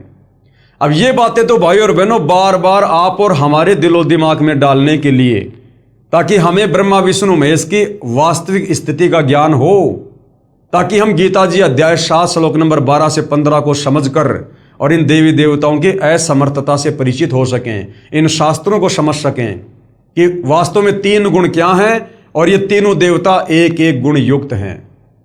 अन्यथा विचार करो भाई और बहनों, अगर सर्वानंद को इस बात का ज्ञान होता कि श्री ब्रह्मा जी रजोगुण है, विष्णु जी सतोगुण हैं और शिव जी जो है वो तमोगुण हैं, तो क्या गीता अध्याय 7 श्लोक नंबर 12 से 15 जिसमें तीनों गुणों की पूजा करने के लिए मना किया गया है, क्या सर्वानंद को यह बात समझ में नहीं आती? तो पूज्य गुरुदेव भगवान आप और हमें दृढ़ करने के लिए सर्वानंद की ओर से इस प्रकार की बातें यहां पर बता रहे हैं। बाकी आगे की जो बातें वो सर्वानंद ने जो की त्यों कही, क्योंकि उसने यही सुन रखा था कि यही तीनों अजर अमर अर्थात अविनाशी हैं, सर्वेश्वर महेश्वर और मृत्युंजय हैं, इनके माता पिता कोई नहीं है। ये सारी बातें सर्वानंद ने जो की त्यों कही। आप अज्ञानी हो, अपने शास्त्रों का ज्ञान नहीं है, ऐसे ही ऊट पटांग प्रश्न किया। सर्व उपस्थित श्रोताओं ने ताली बजाई तथा महर्षि सर्वानंद जी का समर्थन किया। अब महर्षि सर्वानंद ने तो जो समाज में लोकवेद के आधार पर ब्रह्मा विष्णु महेश भगवान बन बैठे हुए थे, जब सर्वानंद ने जनता के उन तथाकथित आधे अधूरे भगवान ब्रह्मा विष्णु महेश की प्रशंसा कर दी ना कि अजरो अमर है, मृत्युंजय है, सर्वेश्वर है, महेश्वर है, तो लोगों ने अपने भगवानों की प्रशंसा सुनकर तालियां बजा दी। पूज्य कबीर प्रभु, अब बार बार जैसे गुरुदेव यहां पर शब्द यूज कर रहे हैं कबीर देव, तो यहां बार बार गुरुदेव क्यों लिख रहे हैं? क्योंकि वेदों में सीधा सीधा ये कबीर नाम नहीं है। वेदों में परमेश्वर का नाम कबीर देव, कबीर अग्नि, ताकि हमारे दिलो दिमाग में ये बात बैठ जाए कि वेदों में कबीर परमेश्वर को कबीर देव और कबीर अग्नि करके लिखा है, ताकि वेदों के श्लोक समझाते समय आप और हमें अच्छे से समझ में आ सकें। पूज्य कबीर प्रभु यानी जिनका वैदिक नाम है कबीर देव जी ने कहा कि महर्षि जी, आप श्री मद देवी भागवत पुराण के 3 स्कंद तथा श्री शिव पुराण का 6 तथा 7वां रुद्र संहिता अध्याय प्रभु को साक्षी रखकर गीता जी पर हाथ रखकर पढ़िए तथा अनुवाद सुनाइए। अब महर्षि सर्वानंद जी ने पवित्र गीता जी पर हाथ रखकर शपथ ली कि सही सही सुनाऊंगा। अब महर्षि ने तो सोचा कि जो मैंने बोल दिया बस वही लिखा इन शास्त्रों में, क्योंकि ये लोग उनको पढ़ते कम थे और अपने गुरुओं से सुने सुनाई बातों को आगे ज्यादा प्रचारित किया करते थे। पवित्र पुराणों को प्रभु कबीर यानी कबीर देव जी के कहने पर पश्चात ध्यान पूर्वक पढ़ा। श्री शिव पुराण गीता प्रेस गोरखपुर से प्रकाशित, जिसके अनुवादक हैं श्री हनुमान प्रसाद पोदार, पेज नंबर 100 से 103 पर लिखा है कि सदाशिव अर्थात काल रूपी ब्रह्म तथा प्रकृति यानी दुर्गा के संयोग से यानी पति पत्नी व्यवहार से सतगुण श्री विष्णु जी, रजगुण श्री ब्रह्मा जी तथा तमगुण श्री शिव जी का जन्म हुआ। यही प्रकृति दुर्गा जो अष्टंगी कहलाती है, ये त्रिदेव जननी तीनों देवता ब्रह्मा विष्णु शिव की माता कहलाती है। अब भाई और बहनों, ये बातें भी शास्त्र को पढ़ने के बाद सर्वानंद को उसी समय समझ में आई जब प्रभु ने अपना आशीर्वाद दिया। प्रभु ने कहा कि ध्यान से पढ़, तो परमात्मा ध्यान केंद्रित करवाते हैं, अपना आशीर्वाद देते हैं। नहीं, वो सर्वानंद इन अध्यायों को तो दिन रात पढ़ा करता था। पवित्र श्री मददेवी पुराण गीता प्रेस गोरखपुर से प्रकाशित, अनुवादक श्री हनुमान प्रसाद पोदार तथा चिमनलाल गोस्वामी, 3 स्कंद में पेज नंबर 114 से 123 तक में स्पष्ट वर्णन है कि भगवान विष्णु जी कह रहे हैं कि यह प्रकृति यानी दुर्गा हम तीनों ब्रह्मा विष्णु महेश की जननी यानी माता है, और मैंने इसे उस समय देखा था जब मैं छोटा सा बच्चा था। माता जी की स्तुति करते हुए श्री विष्णु जी ने कहा कि हे माता यानी हे माता दुर्गा, मैं यानी विष्णु ब्रह्मा तथा शिव तो नाशवान है, यानी हमारा तो जन्म और मरण होता है, हमारा तो आविर्भाव यानी जन्म तथा तिरोभाव यानी मृत्यु होती है। आप प्रकृति देवी हो। गीता अध्याय 14 श्लोक नंबर 3, 4, 5 में दुर्गा को प्रकृति भी कहा है। भगवान शंकर ने कहा कि हे माता, यदि ब्रह्मा व विष्णु आपसे उत्पन्न हुए हैं तो मैं भी शंकर आप ही से उत्पन्न हुआ, अर्थात आप मेरी भी माता हो। यानी ब्रह्मा विष्णु महेश की मां ये दुर्गा साबित हो गई। महर्षि सर्वानंद जी पहले सुने सुनाए अधूरे शास्त्र विरुद्ध ज्ञान लोकवेद के आधार पर तीनों ब्रह्मा विष्णु तथा शिव को अविनाशी व अजन्मा कहा करता था। पुराणों को पढ़ता भी था, फिर भी अज्ञानी ही था, क्योंकि ब्रह्म यानी काल पवित्र गीता जी में कहता है कि मैं सर्व प्राणियों जो मेरे 21 ब्रह्मांडों में मेरे अधीन हैं उनकी बुद्धि हूं, जब चाहूं ज्ञान प्रदान कर दूं तथा जब चाहूं अज्ञान भर दूं। उस समय पूर्ण परमात्मा के कहने के बाद काल ब्रह्म का दबाव हट गया, यानी परमात्मा जी ने सर्वानंद को सद्बुद्धि दी, तब जाकर सर्वानंद के वो अध्याय, वो बातें, वो सब कुछ समझ में आई कि हाँ, ब्रह्मा विष्णु महेश तो जन्मवान हैं, ये अविनाशी नहीं है, इनकी माँ दुर्गा है, इनका पिता काल ब्रह्म है, ये तो दुर्गा और काल के पति पत्नी वाले संयोग से उत्पन्न हुए हैं, जैसे आप और हमारे को हमारे माता पिता ने उत्पन्न किया। तब सर्वानंद के बात समझ में आई, लेकिन अहंकारवश कि कहीं मेरी बेइज्जती ना हो जाए, इस कारण से उसने सच्चाई को फिर भी स्वीकार नहीं किया। उस समय पूर्ण परमात्मा के कहने के बाद काल ब्रह्म का दबाव हट गया तथा सर्वानंद जी को स्पष्ट ज्ञान हुआ। वास्तव में ऐसा ही लिखा है, परंतु मान हानि के भय से कि कहीं मेरी बेइज्जती ना हो जाए, कहा मैंने सब पढ़ लिया, ऐसा कहीं नहीं लिखा है। कबीर देव यानी कबीर परमेश्वर से कहा तू झूठा है, तू क्या जाने शास्त्रों के विषय में, हम प्रतिदिन पढ़ते हैं। फिर क्या था, सर्वानंद जी ने धारा प्रवाही संस्कृत बोलना प्रारंभ कर दिया। 20 मिनट तक कंठस्थ की हुई कोई और ही वेदवाणी बोलता रहा, पुराण नहीं सुनाया। सभी उपस्थित भोले भाले श्रोतागण जो उस संस्कृत को समझ भी नहीं रहे थे, प्रभावित होकर सर्वानंद महर्षि जी के समर्थन में वाह वाह महाज्ञानी कहने लगे। भावार्थ है कि परमेश्वर कबीर यानी कबीर देव जी को पराजित कर दिया तथा महर्षि सर्वानंद जी को विजयी घोषित कर दिया। परम पूज्य कबीर परमेश्वर कबीर देव जी ने कहा कि सर्वानंद जी, आपने पवित्र गीता जी की कसम खाई थी, वो भी भूल गए क्या? जब आप सामने लिखी शास्त्रों की सच्चाई को भी नहीं मानते हो तो मैं हारा तुम जीते। अब मूर्खों के साथ में भगवान क्या बहस करे। आप और हमें भी परमात्मा शिक्षा दे रहे हैं कि जब किसी ने तुम्हारी बात मानी नहीं तो उसके आगे हाथ जोड़ के आगे निकल लो। मूर्खों के साथ में ज्यादा बहस नहीं करनी चाहिए। भाई जिसकी जितनी बुद्धि उतना ही समाए, उसका बुरा मत मानियो, बेचारा अधिक कहां से लाए। अब गुरुदेव क्या समझा रहे हैं। एक जमींदार का बेटा 7वीं कक्षा में पढ़ता था। उसने कुछ अंग्रेजी भाषा को जान लिया था। एक दिन दोनों पिता पुत्र खेतों में बैलगाड़ी लेकर जा रहे थे।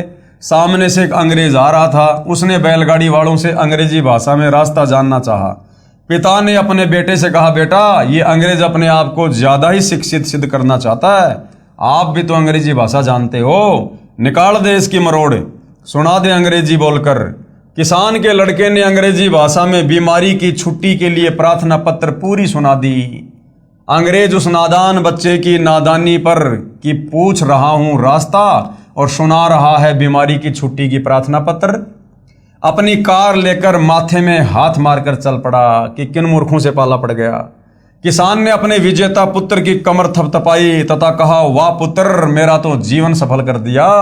आज तूने अंग्रेज को अंग्रेजी भाषा में पराजित कर दिया। तब पुत्र ने कहा, पिताजी माई बेस्ट फ्रेंड यानी मेरा खास दोस्त वाली जो एप्लीकेशन थी ना वो भी मेरे को याद है। अगर वो सुना देता तो अंग्रेज कार छोड़कर भाग जाता। इसी प्रकार कबीर देव जी पूछ कुछ रहे हैं और सर्वानंद जी उत्तर कुछ दे रहे हैं। ये शास्त्रार्थ ने घर गाल रखे हैं। ऐसे थे हमारे शास्त्री, इस प्रकार से करते थे ये लोग ज्ञान चर्चा शास्त्रार्थ, जिस कारण से इन शास्त्रों की यथार्थ सच्चाई भगत समाज के बीच में नहीं पहुंच पाई। परम पूज्य कबीर परमेश्वर कबीर देव ने कहा कि सर्वानंद जी आप जीते, मैं हारा। महर्षि सर्वानंद जी ने कहा, लिख कर दे दो, मैं कच्चा काम नहीं करता। परमात्मा कबीर यानी कबीर देव जी ने कहा कि ये कृपया भी आप ही कर दो, लिख लो जो लिखना है, मैं तो अंगूठा लगा दूंगा। महर्षि सर्वानंद जी ने लिख लिया कि शास्त्रार्थ में सर्वानंद विजयी हुआ तथा कबीर साहिब पराजित हुआ तथा कबीर परमेश्वर से अंगूठा लगवा लिया। अपनी माता जी के पास जाकर सर्वानंद जी ने कहा कि माता जी लो आपके गुरुदेव को पराजित करने का प्रमाण। भगतमती शारदा जी ने कहा, पुत्र पढ़कर सुनाओ। जब सर्वानंद जी ने पढ़ा उसमें लिखा था कि शास्त्रार्थ में सर्वानंद पराजित हुआ तथा कबीर परमेश्वर कबीर देव विजयी हुआ। उल्टा हो गया मामला। सर्वानंद जी की माता जी ने कहा, पुत्र आप तो कह रहे थे कि मैं विजयी हुआ, तू तो हार कर आया है। महर्षि सर्वानंद जी ने कहा, माता जी मैं कई दिनों से लगातार शास्त्रार्थ में व्यस्त था, इसलिए निंद्रावश होकर मुझसे लिखने में गलती हो गई। फिर जाता हूं तथा सही लिख कर लाऊंगा। माता जी ने शर्त रखी थी कि विजयी होने का कोई लिखित प्रमाण देगा तो मैं मानूंगी, मौखिक नहीं। महर्षि सर्वानंद जी दोबारा गए तथा कहा कि कबीर साहब मेरे लिखने में कुछ गलती रह गई है, दोबारा लिखना पड़ेगा। साहिब कबीर जी ने कहा कि फिर लिख लो। सर्वानंद जी ने फिर लिखकर अंगूठा लगवाकर माता जी के पास आया तो फिर उल्टी बात हो गई। कहना चाह रहा था कि मैं विजयी हो गया और मुंह से बोला जा रहा है उसमें लिखा हुआ है कि सर्वानंद पराजित हुआ और कबीर साहिब विजयी हुए। कहा, माता जी मैं फिर जाता हूं। तीसरी बार लिख कर लाया तथा मकान में प्रवेश करने से पहले पढ़ा, ठीक लिखा था। सर्वानंद जी ने उस लेख से दृष्टि नहीं हटाई, यानी उस कागज पे निगाहें टिका के रखी कि हो क्या जाता है, तथा चलकर अपने मकान में प्रवेश करता हुआ कहने लगा कि माताजी सुनाओ। नजर कागज पर और कह रहा कि माताजी सुनाओ। ये कहकर पढ़ने लगा तो उसकी आंखों के सामने अक्षर बदल गए। तीसरी बार फिर यही प्रमाण लिखा गया कि शास्त्रार्थ में सर्वानंद पराजित यानी हार गया तथा कबीर साहिब विजयी हुए। सर्वानंद बोल नहीं पाया, आंखों के सामने अक्षर उछल उछल कर दूसरी जगह सेट हो रहे हैं। तब माता जी ने कहा, पुत्र बोलता क्यों नहीं, पढ़कर सुना क्या लिखा है। माता जानती थी कि नादान पुत्र पहाड़ से टकराने जा रहा है। माता जी ने सर्वानंद जी से कहा कि पुत्र परमेश्वर आए हैं, अरे भगवान आया हुआ है, जाकर चरणों में गिरकर अपनी गलती की क्षमा याचना कर ले। तथा उपदेश लेकर अपना जीवन सफल कर ले। सर्वानंद जी अपनी माता जी के चरणों में गिरकर रोने लगा तथा कहा, माता जी ये तो स्वयं भगवान आए हैं, आप मेरे साथ चलो, मुझे शर्म लगती है क्योंकि मैंने वाद विवाद बहुत ज्यादा कर दिया उनके साथ। सर्वानंद जी की माता अपने पुत्र को साथ लेकर भगवान कबीर के पास गई तथा सर्वानंद जी को भी कबीर परमेश्वर से उपदेश दिलाया। तब उस महर्षि कहलाने वाले नादान प्राणी का पूर्ण परमात्मा के चरणों में आने से ही उद्धार हुआ। पूर्ण ब्रह्म कबीर परमेश्वर कबीर देव ने कहा, सर्वानंद आपने अक्षर ज्ञान के आधार पर भी शास्त्रों को नहीं समझा, क्योंकि मेरी शरण में आए बिना ब्रह्म यानी ये काल किसी की बुद्धि को पूर्ण विकसित नहीं होने देता। अब फिर पढ़ो इन्हीं पवित्र वेदों व पवित्र गीता जी तथा पवित्र पुराणों को। अब आप ब्राह्मण हो गए हो। ब्राह्मण सोई जो ब्रह्म पहचाने, विद्वान वही है जो पूर्ण परमात्मा को पहचान ले, फिर अपना कल्याण करवाए। अब क्या कह रहे हैं गुरुदेव, आज से 550 वर्ष पहले यही पवित्र वेदों, पवित्र गीता जी व पवित्र पुराणों में लिखा ज्ञान कबीर परमात्मा यानी कबीर देव जी ने अपनी साधारण वाणी में, कबीर वाणी में दिया था, जो उस समय से तथा आज तक के महर्षियों ने व्याकरण त्रुटि युक्त भाषा कहकर पढ़ना भी आवश्यक नहीं समझा, तथा कहा कि कबीर तो अज्ञानी है, इसे अक्षर ज्ञान तो है ही नहीं, ये क्या जाने संस्कृत भाषा में लिखे शास्त्रों में छुपे गूढ़ रहस्यों को। हम विद्वान हैं, जो हम कहते हैं वह सब शास्त्रों में लिखा है, तथा श्री ब्रह्मा जी, श्री विष्णु जी व श्री शिव जी के कोई माता पिता नहीं है। ये तो अजन्मा, अजर, अमर, अविनाशी तथा सर्वेश्वर महेश्वर मृत्युंजय हैं, सर्वसृष्टि रचनहार हैं और तीनों गुण युक्त हैं। आदि आदि व्याख्या ठोक कर अभी तक कहते रहे। आज वे ही पवित्र शास्त्र अपने पास हैं जिनमें तीनों प्रभु श्री ब्रह्मा जी रजगुण, श्री विष्णु जी सतगुण और श्री शिव जी तमगुण के माता पिता का स्पष्ट विवरण है कि दुर्गा इनकी माता और पिता ये काल ब्रह्म है। उस समय अपने पूर्वज अशिक्षित थे तथा शिक्षित वर्ग को शास्त्रों का पूर्ण ज्ञान नहीं था, फिर भी कबीर परमेश्वर यानी कबीर देव के द्वारा बताए सतज्ञान को जानबूझकर जुठला दिया कि कबीर झूठ कह रहा है। किसी शास्त्र में नहीं लिखा है कि श्री ब्रह्मा जी, श्री विष्णु जी व श्री शिव जी के कोई माता पिता हैं, क्योंकि गुरुदेव कह रहे हैं कि मेरी शरण में आए बिना आप कितने बड़े संस्कृत के विद्वान हैं, आप इन शास्त्रों में लिखी सच्चाई को भी नहीं समझ सकते। तुम्हारा रिमोट तत्वदर्शी संत की शरण में आए बिना काल के हाथ में है। जबकि पवित्र पुराण साक्षी हैं कि श्री ब्रह्मा जी, श्री विष्णु जी तथा श्री शिव जी का जन्म और मृत्यु होता है। ये अविनाशी नहीं है तथा इन तीनों देवताओं की माता ये प्रकृति यानी दुर्गा है तथा इनका पिता ज्योति निरंजन यानी काल रूपी ब्रह्म है। आज सर्व समाज, बहन भाई, बालक व जवान तथा बुजुर्ग, बेटे तथा बेटी शिक्षित हैं। आज कोई ये नहीं बहका सकता कि शास्त्रों में ऐसा नहीं लिखा, जैसा कबीर परमेश्वर कबीर देव कबीर साहिब जी की अमृतवाणी में लिखा है। अमृतवाणी पूज्य कबीर परमेश्वर कबीर देव की क्या कहा करते थे परमात्मा 650 साल पहले सृष्टि रचना को सुनाकर ब्रह्मा विष्णु महेश की जन्म और मृत्यु के बारे में, इनके माता पिता के बारे में। धर्मदास यह जग बोराना, कोई न जाने पद निर्वाणा। अब मैं तुमसे कहूँ चिताई, त्रिदेवन की उत्पत्ति भाई। त्रिदेवन यानी ब्रह्मा विष्णु महेश की उत्पत्ति। ज्ञानी सुने सो हृदय लगाई, मूर्ख सुने तो गम ना पाई। माँ अष्टंगी पिता निरंजन, वे जम दारुण वंशन अंजन। माँ अष्टंगी पिता निरंजन, अष्टंगी यानी 8 हाथ वाली, ये दुर्गा ब्रह्मा विष्णु महेश की माँ है और इनका पिता कौन है? ये ज्योति निरंजन काल रूपी ब्रह्म। पहले कीन निरंजन राई, पीछे से माया उपजाई। पहले परमात्मा ने अंडे से इस निरंजन यानी ज्योति निरंजन काल ब्रह्म की उत्पत्ति की और पीछे फिर हम सभी आत्माओं को परमात्मा ने उत्पन्न किया। धर्म राय की न्या भोग विलासा, माया को रही तब आशा। 3 पुत्र अष्टंगी जाए, ब्रह्मा विष्णु शिव नाम धराए। 3 देव विस्तार चलाए, इनमें ये जग धोखा खाए। यानी तीनों देवताओं के माध्यम से एक ब्रह्मांड में 3 लोक की सृष्टि ये काल बली अपने तीनों पुत्रों को एक एक गुण से युक्त करके चला रहा है और इन्हीं तीनों देवताओं के धोखे में पूरा ये प्राणी समुदाय उलझा हुआ है, कर्म कांड वाले धोखे में। यानी सबको कर्म बंधन में बांध रखा काल ने अपने तीनों पुत्रों के माध्यम से। तीन लोक अपने सुत दीन्या, सुन निरंजन बासा लीन्या। अपने तीनों पुत्रों को तीन लोक दे दिए, तीनों लोकों में एक एक डिपार्टमेंट का अधिकारी बना दिया। रजगुण ब्रह्मा को, और सतगुण का विष्णु को, तमगुण का शंकर को, और फिर ये निरंजन काल स्वयं अपने 21वें ब्रह्मांड में जाकर बैठ गया। अलख निरंजन सुन ठिकाना, ब्रह्मा विष्णु शिव भेद न जाना। इन ब्रह्मा विष्णु महेश को भी अपने पिता इस ज्योति निरंजन इस ब्रह्म के विषय में नहीं पता, ये कहाँ रहता है, क्या करता है।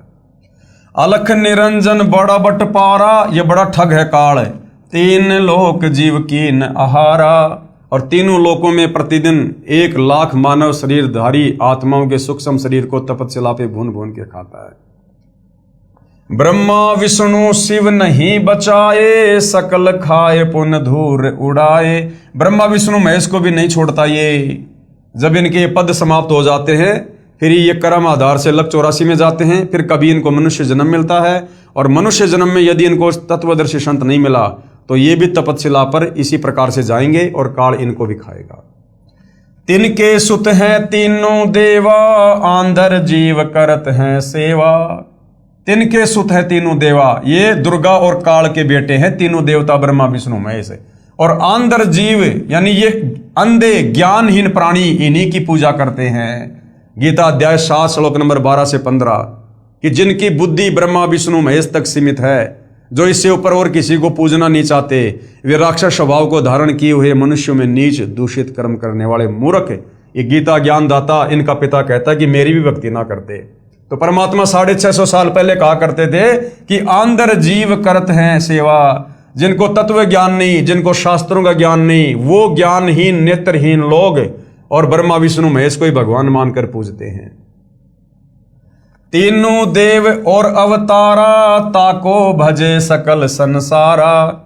ये पूरा संसार, 3 लोक के प्राणी इन तीनों देवता ब्रह्मा विष्णु महेश को और इन्हीं देवी देवताओं को भगवान मानकर पूज रहे हैं तत्व ज्ञान के अभाव में।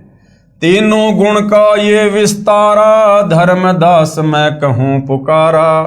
तीनों गुणों की भक्ति में भूल पड़ो संसार। और कहे कबीर निज नाम बिन कैसे उतरो, और निज नाम कहाँ मिलेगा? तत्वदर्शी संत के पास मिलेगा, जो स्वयं कबीर परमात्मा ही बनकर आते हैं। उपरोक्त अमृतवाणी में परमेश्वर कबीर साहिब जी अपने निजी सेवक श्री धर्मदास साहिब जी को कह रहे हैं कि धर्मदास, ये सर्व संसार तत्व ज्ञान के अभाव से विचलित है। किसी को पूर्ण मोक्ष मार्ग तथा पूर्ण सृष्टि रचना का ज्ञान नहीं। कल के वीडियो में हमने देखा ब्रह्मा विष्णु महेश को भी एक ब्रह्मांड का पूरा ज्ञान नहीं है। अब बताओ सारी सृष्टि की रचना का ज्ञान भला फिर किसको? काल गीता में कहता कि अर्जुन, यहां विचार काल में मैं भी तुझे समस्त सृष्टि की रचना का ज्ञान नहीं बता सकता, मुझे भी इसके आदि और अंत का नहीं पता। अर्थात गीता ज्ञानदाता काल ब्रह्म 21 ब्रह्मांड का स्वामी, इसको भी सृष्टि रचना का कंप्लीट ज्ञान नहीं। तो आज भाई और बहनों, यदि सतगुरु रामपाल जी हमें कंप्लीट सृष्टि रचना सुना रहे हैं और इन सभी धर्मशास्त्रों से प्रमाणित कर रहे हैं, तो भाई और बहनों ये कॉमन सेंस की बात है कि सतगुरु रामपाल जी कौन है।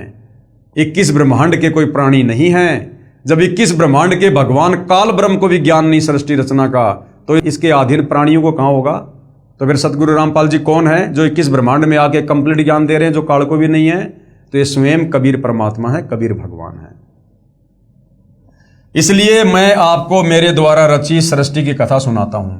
बुद्धिमान व्यक्ति तो तुरंत समझ जाएंगे, परंतु जो सर्व परमाणु को देखकर भी नहीं मानेंगे तो वे नादान प्राणी काल प्रभाव से प्रभावित है, वे भक्ति योग्य नहीं है। अब मैं बताता हूं तीनों भगवानों ब्रह्मा जी, विष्णु जी तथा शिव जी की उत्पत्ति कैसे हुई, यानी इनका जन्म कैसे हुआ।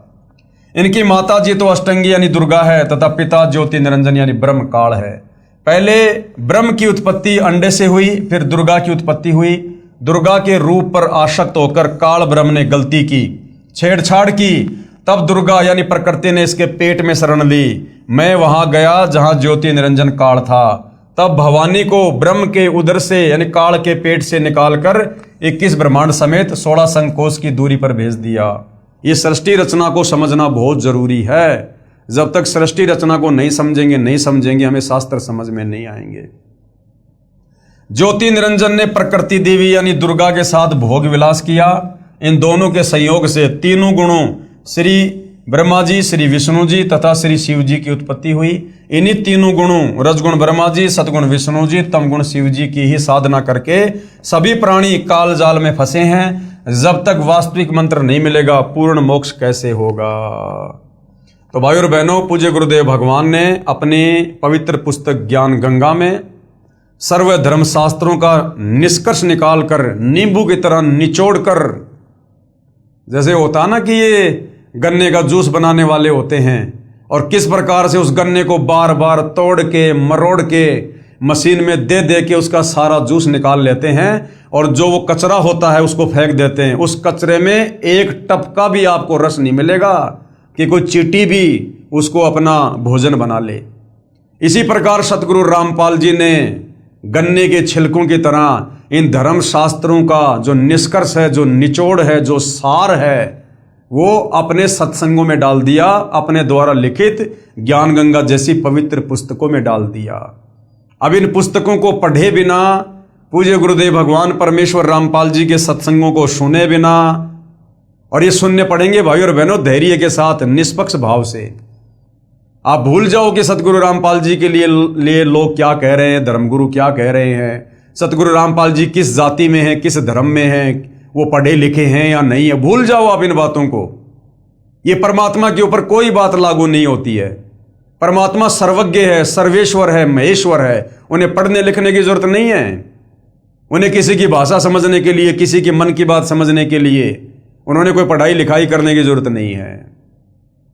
जिस परमेश्वर ने सर्व सृष्टि की रचना की है, सर्व प्राणियों की उत्पत्ति की है, 184 योनि में सर्व जीव जंतुओं की, पशु पक्षियों की उत्पत्ति की है, वो परमेश्वर तो उन पशु पक्षियों के मन की बात को भी जानता है, उनकी भाषा को भी समझता है। कहते हैं चींटी पायल बाजे पैर, साहिब सुनता है सब लहर। अंतर्यामी एक तुम आत्म के आधार, जो तुम छोड़ो हाथ तो मैं कौन उतारे पार। तो भाई और बहनों, जब तक हम सतगुरु रामपाल जी के सत्संगों को निष्पक्ष होकर नहीं सुनेंगे या उनके द्वारा लिखित पुस्तकों को धैर्य से नहीं पढ़ेंगे, हम इस अनमोल मनुष्य जीवन को बर्बाद करके चले जाएंगे। और एक बार यदि ये मनुष्य जीवन हाथ से छूट गया, फिर हमारे हाथ में कुछ नहीं है। फिर हम काल के रिमोट से चलेंगे, हम फिर काल के अधीन हैं। और एक बार ये काल मनुष्य जन्म छूटते ही तुरंत सीधा 184 योनि में डालेगा। उसके बाद ये निश्चित हो जाता काल कि अब 184 योनि में अब ये तत्वदर्शी संत की शरण में आने योग्य नहीं है, अब ये यहां से पार होने योग्य नहीं है, क्योंकि अब ये 184 योनि में चला गया लंबे समय के लिए कर्मदंड भोगने हेतु।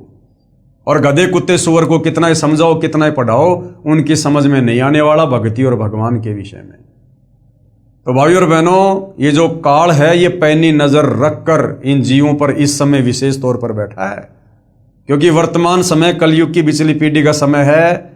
इस काल को भली भांति पता है कि मैंने ही कबीर परमात्मा जी से वचन लिया था कि 3 युगों में कम लेके जाना, चौथे युग कलयुग में जितने मर्जी ले जाना। तो इसको पता है कि वो परमात्मा इस समय धरती पर आएगा और इन जीव आत्माओं को तत्व ज्ञान देकर, सृष्टि रचना बताकर, धर्मशास्त्रों की सच्चाई बताकर, जो मैंने छुपा दी है, जो मैंने अज्ञान प्रचार मेरे काल दूतों के माध्यम से, महर्षियों के माध्यम से, शंकराचार्यों के माध्यम से मैंने करवा रखा है, उस अज्ञान का नाश अपने तत्व ज्ञान से करके अपनी आत्माओं को समझाकर सतलोक ले जाएगा। मेरा भोजन यहां से निकाल कर ले जाएगा। तो अब इसको विशेष चिंता बनी हुई है। तो अब ये अज्ञान फैलाने की कोशिश करेगा। इसने पूरा काम सेट कर दिया। इसने दुनिया भर के धर्म बना दिए। आप और हम इंसानों को जातियों में बांट दिया। अरे जबकि गधे की कोई जाति नहीं, कुत्ते की कोई जाति नहीं, अन्य जानवरों की कोई जाति नहीं, उनमें कोई धर्म नहीं, उनमें कोई समुदाय नहीं, और हम इंसानों को जातियों में बांट दिया, धर्मों में बांट दिया, अलग अलग हमारी जो है किताबें बनवा दी। हम अपने अपने धर्म को, अपने अपने शास्त्रों को सर्वश्रेष्ठ मानकर आपस में लड़ रहे हैं, झगड़ रहे हैं, मर रहे हैं, हम कट रहे हैं। क्यों? ये काल का षड्यंत्र है। क्योंकि इस समय धरती पर परमात्मा ने तत्वदर्शी संत के रूप में आना था, आ चुके हैं, और काल चाहता था कि मैं इनको आपस में इस प्रकार बांट दूं, धर्म और जातियों में, शास्त्रों में, कि ये आपस में अपने आप को ही सर्वश्रेष्ठ बताकर लड़ते रहे, झगड़ते रहे और तत्वदर्शी संत की शरण में आकर अपनी आत्मा का कल्याण ना करवा सके।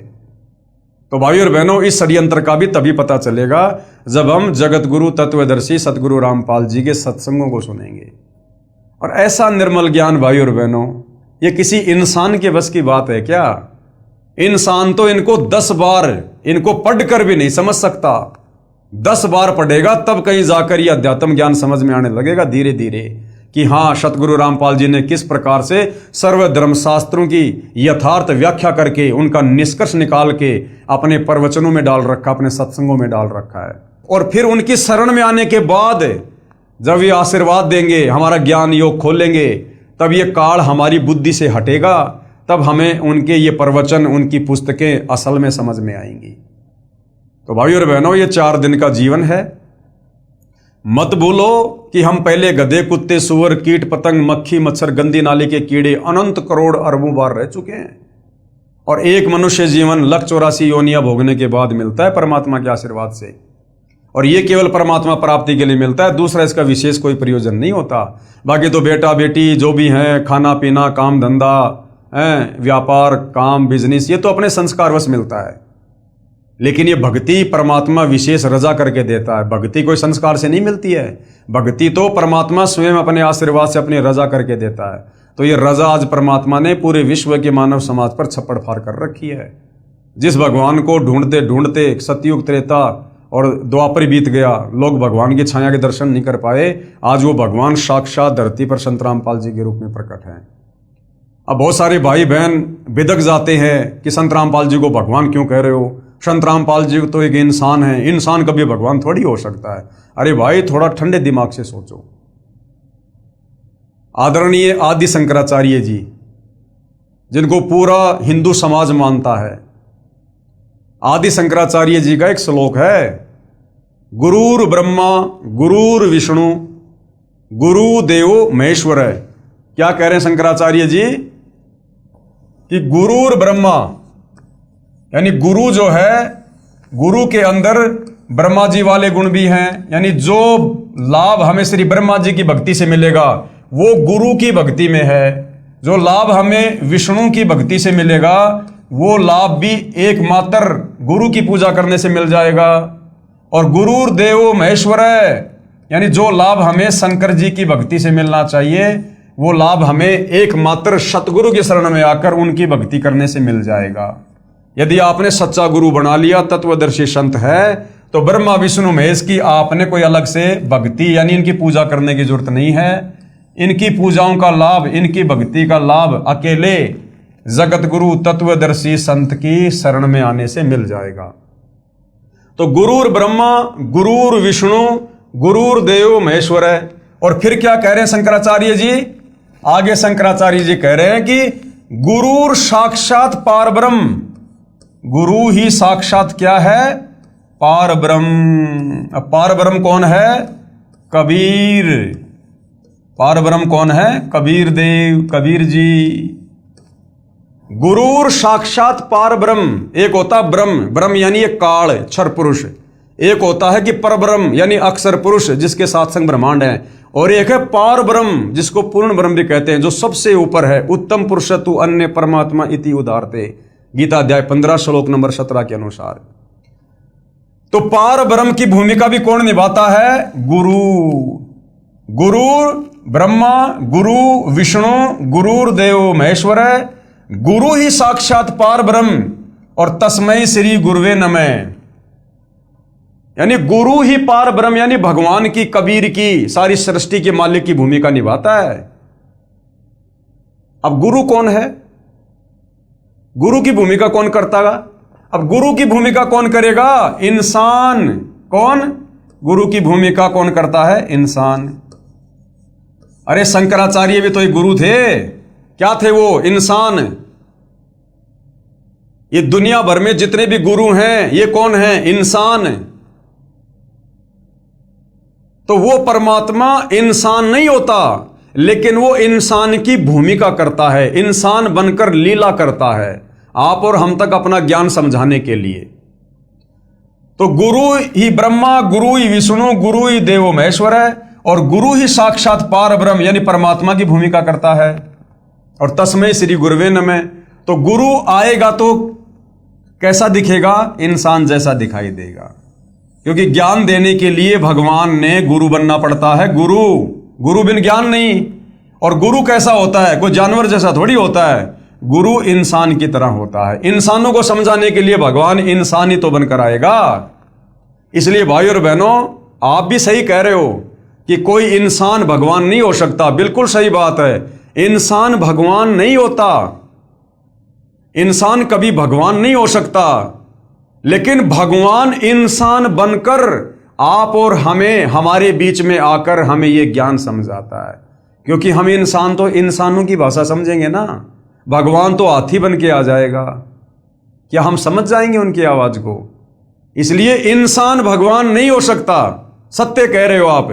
जो लोग कहते हैं कि सतगुरु रामपाल जी तो इंसान हैं, इंसान भगवान कैसे हो सकता है? बिल्कुल इंसान भगवान नहीं हो सकता। जीव होता है, पी होता है।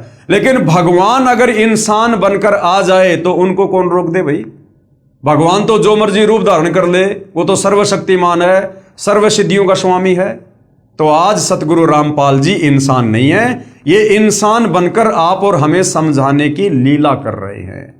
तो भाई और बहनों, समझो, विचार करो। हमारे धर्मशास्त्रों की जो व्याख्या, जो यथार्थ ज्ञान, जो निष्कर्ष अपने तत्व ज्ञान आधार से सतगुरु रामपाल जी ने निकालकर परमात्मा चाहने वाली आत्माओं के समक्ष कर दिया है, खुलासा कर दिया है, सार्वजनिक हो चुका है। क्या सतयुग से लेकर त्रेता, द्वापर और कलयुग बीत गया 5000 साल, क्या सतगुरु रामपाल जी से पहले ये ज्ञान इस प्रकार से किसी ने बताया, समझाया? गीता जी में कौन से वो 3 मंत्र हैं? अध्याय 17 श्लोक 23, ओम तत् सत इति निर्देशे ब्रह्मण त्रिविध समर्थय। क्या आज तक हमारे किसी भी आचार्य, शंकराचार्य, धर्मगुरु ने, क्या ब्रह्मा विष्णु महेश तक ने, क्या आज तक हमारे को इन 3 मंत्रों के भेद के विषय में बताया कि इनके पीछे कौन से मंत्र छुपे हुए हैं? क्या इन 4 वेदों से, गीता जी से किसी ने आज तक कबीर परमेश्वर का नाम निकालकर बताया? क्या किसी ने ये यथार्थ सृष्टि रचना समझाई? और जो उनके शरण में आ गए, आज लाखों के गुरुदेव ने उम्र बढ़ा रखी है, असाध्य रोगों को परमेश्वर ने ठीक किया है, उनको भक्ति के योग्य बनाया है। डॉक्टर भी हैरान कि ये मिरेकल हो गया, चमत्कार हो गया। तो भाई और बहनों, परमात्मा स्वयं सतगुरु रामपाल जी के रूप में धरती पर प्रकट हैं। और भाई, जब तक आपने कभी जिंदगी में आम खाए नहीं, और यदि आम के कोई गुण गाएगा तो आपकी समझ में आएंगे नहीं, उसके लिए आम खाना पड़ेगा। तो सतगुरु रामपाल जी की शरण में आना पड़ेगा, उनके सत्संग सुनिए, पुस्तकें पढ़िए, तब आपको पता चलेगा कि वास्तव में परमात्मा कौन होता है, परमात्मा में क्या गुण होते हैं। और फिर देखिए किस प्रकार से परमेश्वर आपको हर प्रकार से चौतरफा आपको लाभ देंगे। परमात्मा आपके काम धंधे में भी, आपकी खेती बाड़ी में भी, आपके बिजनेस में भी, और भक्ति मार्ग में तो दिन दोगुना रात चौगुना आप जी प्रफुल्लित होते जाओगे। तभी तो हमें विश्वास होगा, तभी तो दृढ़ता आएगी कि वास्तव में ये काम तो भगवान के हैं। इस प्रकार से तो भगवान ही कर सकता है, इंसान अपने बलबूते पर नहीं कर सकता।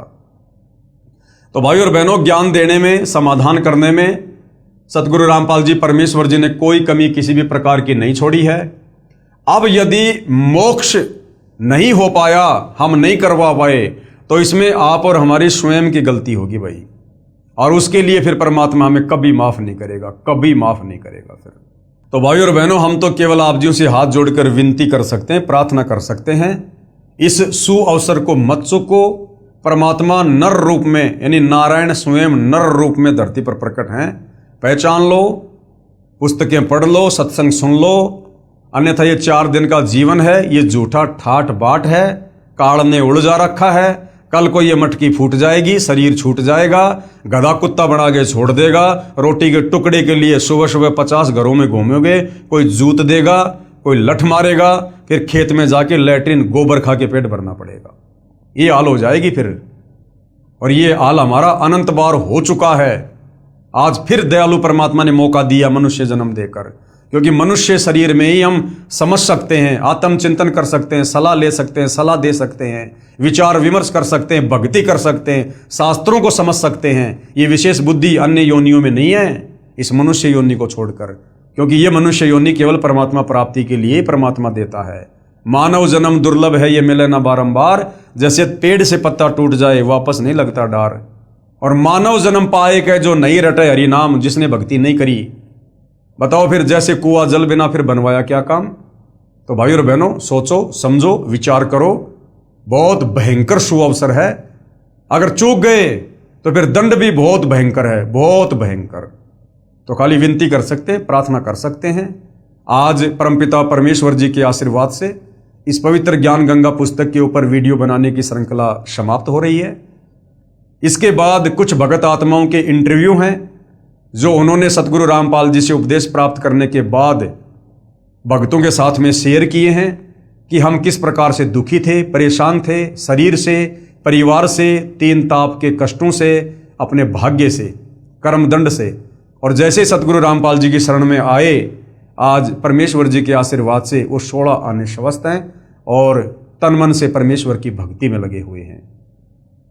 तो भाई और बहनों, परमात्मा किसी का रिश्तेदार नहीं है, ये समदृष्टि है। जो इनकी मर्यादाओं में रहकर, इनके वचन में रहकर इनकी भक्ति करेगा, उन सबको परमेश्वर इसी प्रकार से स्वस्थ करते हैं और माला माल करते हैं।